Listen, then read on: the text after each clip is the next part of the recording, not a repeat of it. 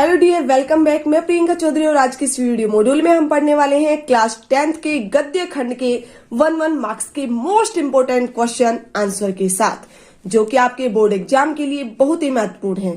तो dear students, इस video में हमने ऐसे क्वेश्चंस को ऐड किया है जो आपके बोर्ड एग्जाम में 101% पूछे जाएंगे। तो डियर स्टूडेंट्स, यदि आपको हिंदी में अच्छे मार्क्स लाने हैं तो इस वीडियो को लास्ट तक जरूर देखिएगा, और यदि आप चैनल पर नए हैं तो जल्दी से चैनल को सब्सक्राइब करके इस वीडियो को लाइक और शेयर करना ना भूलें। क्वेश्चन नंबर फर्स्ट है, नेताजी की कहानी किस योगदान की ओर संकेत करती है? तो आंसर होगा, नेताजी की कहानी देश के करोड़ों नागरिकों द्वारा देश के निर्माण में अपने अपने तरीके से सहयोग करने के योगदान को संकेत करती है। क्वेश्चन नंबर सेकंड, लेखक स्वयं प्रकाश के किन्हीं 2 कहानी संग्रह के नाम बताइए। आंसर है, स्वयं प्रकाश के 2 कहानी संग्रह निम्नलिखित है, सूरज कब निकलेगा, आदमी जात का आदमी। क्वेश्चन नंबर थर्ड है, रामवृक्ष बेनीपुरी ने बाल गोविंद भगत हिंदी की किस विधा पर लिखा है? आंसर है, लेखक ने बाल गोविंद भगत हिंदी गद्य की रेखा चित्र विधा पर लिखा है। क्वेश्चन नंबर 4, भगत का आत्मसम्मान किस बात से प्रकट होता है? आंसर है, भगत गृहस्थ संत थे, इसलिए गंगा स्नान से जाते आते किसी से मांग कर नहीं खाते थे। क्वेश्चन नंबर 5 है, रामवृक्ष बेनीपुरी का गद्य में विविध साहित्य किसमें प्रकाशित है? आंसर है, रामवृक्ष बेनीपुरी का संपूर्ण गद्य साहित्य बेनीपुरी रचनावली के 8 खंडों में प्रकाशित है। This question is very important बेटा, कि रामवृक्ष बेनीपुरी का गद्य में विविध साहित्य किसमें प्रकाशित है? तो किसमें प्रकाशित है? बेनीपुरी रचनावली के 8 खंडों में। क्लियर? क्वेश्चन नंबर 6 है, यशपाल का जेल में किससे परिचय हुआ? आंसर है, यशपाल का जेल में भगत सिंह और सुखदेव से परिचय हुआ। क्वेश्चन नंबर 7 है, लेखक यशपाल किस धारा से जुड़ाव के कारण जेल गए? आंसर है, यशपाल जी स्वाधीनता संग्राम की क्रांतिकारी धारा से जुड़ाव के कारण जेल गए। क्वेश्चन नंबर 8, लेखिका कौन? मन्नू भंडारी के पिताजी ने कौन से शब्दकोश की रचना की? आंसर है, लेखिका के पिताजी ने अंग्रेजी हिंदी शब्दकोश, जिसे विषयवार कहा जाता है, उसकी रचना की। क्वेश्चन नंबर 9 है, भग्नावशेषों को ढोते पिता पंक्ति का अर्थ स्पष्ट कीजिए। आंसर है, लेखिका के पिताजी की आर्थिक स्थिति खराब हो चुकी थी, वे अपने पुराने गुणों को बचे खुचे अंशों के सहारे जी रहे थे। नाउ क्वेश्चन नंबर 10, नौबत खाने में इबादत से क्या तात्पर्य है? This question also is very important.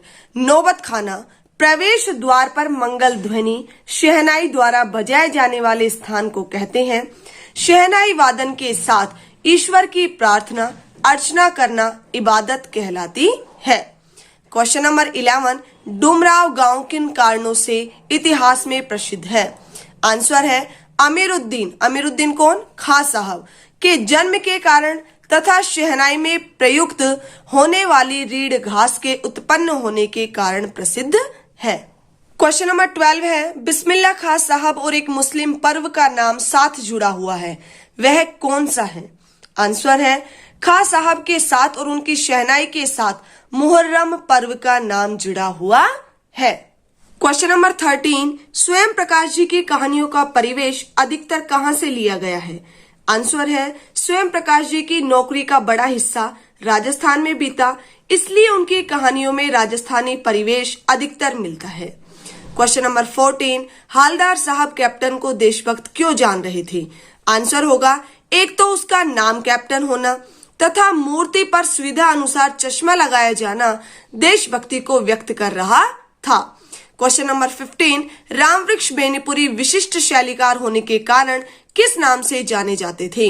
Answer है, रामवृक्ष बेनीपुरी को विशिष्ट शैलीकार होने के कारण कलम का जादूगर कहा जाता था।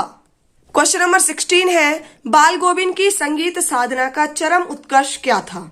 आंसर, जब बाल गोविंद के पुत्र की मृत्यु हुई तब भी वे संगीत साधना में लीन थे, उनका यही व्यवहार संगीत साधना का चरम उत्कर्ष था। क्वेश्चन नंबर 17, लेखक ने लखनवी नवाब के अंदाज की तुलना किस प्रकार नई कहानी से की?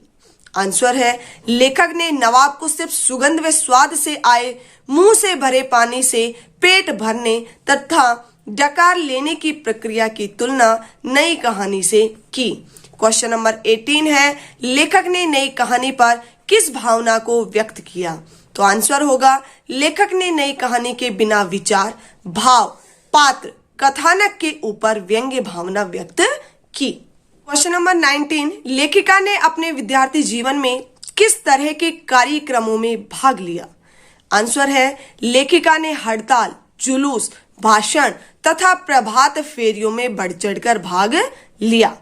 क्वेश्चन नंबर 20 काशी को एक और किस नाम से जाना जाता है? तो आंसर होगा काशी को आनंद कानन के नाम से जाना जाता है, जिसका अर्थ आनंद या खुशियां देने वाला कानन अर्थात वन होता है। क्वेश्चन नंबर 21 है अल्हम्दुलिल्लाह का क्या सांकेतिक अर्थ है? तो आंसर होगा यह एक अरबी शब्द है। इस शब्द का अर्थ भगवान की तारीफ या प्रशंसा करना है। तो डियर स्टूडेंट्स, यदि आपको क्वेश्चन पसंद आ रहे हैं तो जल्दी से वीडियो को लाइक कीजिए।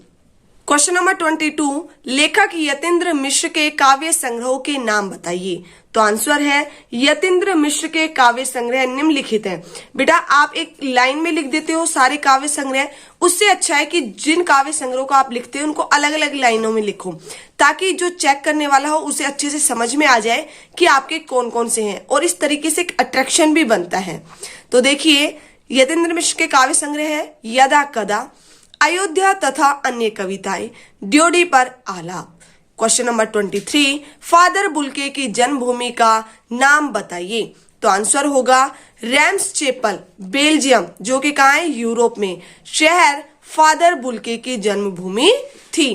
क्वेश्चन नंबर 24 है सर्वेश्वर दयाल सक्सेना दिनमान में किस नाम से स्तंभ लिखते थे? तो आंसर होगा लेखक चर्चे और चरखे नाम से स्तंभ दिनमान में लिखते थे। क्वेश्चन नंबर 25 फादर बुल्के की मृत्यु किस रोग से हुई? आंसर होगा फादर की मृत्यु गैंग्रीन अर्थात जहरबाद रोग से हुई। क्वेश्चन नंबर 26 है स्त्री शिक्षा के विरोधी कुतर्कों का खंडन निबंध का मूल विषय क्या है? तो आंसर होगा इस निबंध का मूल विषय स्त्री शिक्षा को बढ़ाना तथा शिक्षा के अर्थकारी स्वरूप को प्रकट करना है। क्वेश्चन नंबर 27 महावीर प्रसाद द्विवेदी जी ने यह लेख पहले किस पत्रिका में किस नाम से छापा था? तो आंसर होगा द्विवेदी जी ने यह लेख सन 1914 में सरस्वती पत्रिका में पढ़े लिखों का पांडित्य शीर्षक से छापा था। क्वेश्चन नंबर 28 उस जमाने में प्राकृत ही सर्वसाधारण की भाषा थी, पंक्ति को लेखक ने कैसे समझाया? आंसर है लेखक द्विवेदी जी ने उस जमाने में लिखे गए बौद्धों एवं जैनों के ग्रंथों के आधार पर बताया कि वे सब प्राकृत भाषा में लिखे गए थे। क्वेश्चन नंबर 29 शिक्षा अनर्थकर है, यह किस प्रवृत्ति की ओर इंगित करता है? आंसर है यह व्यक्ति के अभिमान को इंगित करता है जो गृह सुख का नाश करने वाला कथन तथा सोहले आने मिथ्या वाक्य है अर्थात झूठ वाक्य है। क्वेश्चन नंबर 30 संस्कृति और असंस्कृति में क्या अंतर है? तो आंसर होगा मानव के विकास, ज्ञान और कल्याण की भावना संस्कृति में निहित है तथा मानवता के हास, विनाश और अकल्याण की भावना असंस्कृति है। क्वेश्चन नंबर 31 लेखक भदंत आनंद के अनुसार सभ्यता क्या है? तो आंसर होगा संस्कृति द्वारा किए गए या आंतरिक योग्यता के आधार पर किए गए आविष्कार दूसरों के उपयोग में आते हैं, सभ्यता कहलाते हैं। क्वेश्चन नंबर 33 किस आधार पर आग व सुई धागे का आविष्कार हुआ? आंसर है योग्यता, प्रवृत्ति तथा प्रेरणा के बल पर आग व सुई धागे का आविष्कार हुआ। क्वेश्चन नंबर 34 लेखक के अनुसार संस्कृति क्या है? आंसर है नई खोज की योग्यता, प्रवृत्ति या प्रेरणा ही संस्कृति है। क्वेश्चन नंबर 35 फादर बुल्के ने अपनी पीएचडी थीसिस शोध प्रबंध का विषय क्या रखा? आंसर, फादर बुल्के ने शोध प्रबंध का विषय राम कथा उत्पत्ति और विकास रखा। क्वेश्चन नंबर 36, लेखक ने फादर को याद करना शांत संगीत सुनने जैसा क्यों कहा? आंसर है, फादर बुल्के सन्यासी व धर्मगुरु थे। लेखक के परिवार के साथ आत्मीय संबंध थे, इसलिए शांत संगीत जैसा कहा। क्वेश्चन नंबर 37, पुराणों में स्त्री शिक्षा का उल्लेख क्यों नहीं मिलता है? आंसर है, उस काल में स्त्रियों के लिए अलग से विश्वविद्यालय नहीं थे या फिर स्त्री शिक्षा के साक्ष्य नष्ट हो गए हो, ऐसा हो सकता है। क्वेश्चन नंबर 38, समाज की दृष्टि में कैसे लोग दंडनीय है? आंसर, जो लोग अहित की भावना से स्त्रियों को अनपढ़ रखने की बात कहकर समाज को धोखा देते हैं, वे दंड के पात्र हैं। क्वेश्चन नंबर 39, प्राकृत भाषा में लिखित किन्हीं 2 ग्रंथों के नाम लिखो। तो आंसर है, फर्स्ट है हमारा गाथा सप्तशती और दूसरा है कुमार पाल चरित। क्वेश्चन नंबर 40, लेखक के अनुसार संस्कृत व्यक्ति कौन है? आंसर है, बुद्धि एवं विवेक से नए तथ्य का दर्शन करने वाला तथा आविष्कार करने वाला संस्कृत व्यक्ति है। क्वेश्चन नंबर 41, मोती का भरा थाल किसे कहा गया है?